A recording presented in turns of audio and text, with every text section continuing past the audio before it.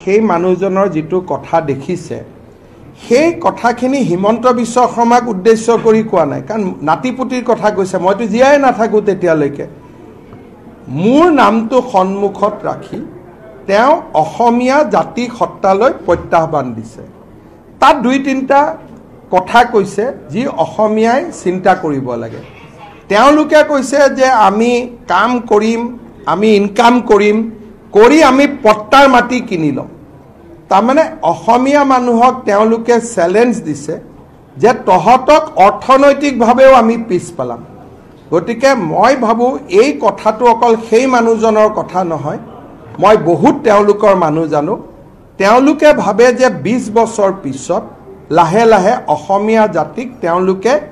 তল পেলাব পাৰিব শিক্ষা দীক্ষা সংস্কৃতি সকলো দিশতে এই ভিডিঅটো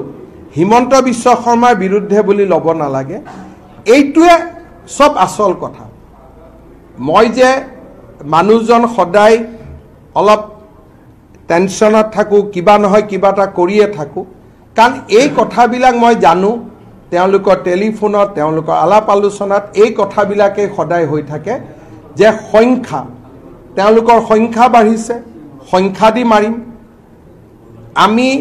ইনকাম কৰিম অৰ্থনীতি হাতত লম কাৰণ তেওঁলোকে বহুত কেটা ইকোনমি কন্ট্ৰোল কৰে যি ইকোনমিত অসমৰ মানুহ নাই তেওঁলোকৰ মাজত পৰিশ্ৰমীও মানুহ আছে তেওঁলোকে ভাবে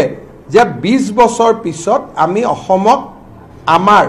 অসমীয়াক আমি আমাৰ পদোন্নত কৰিব পাৰিম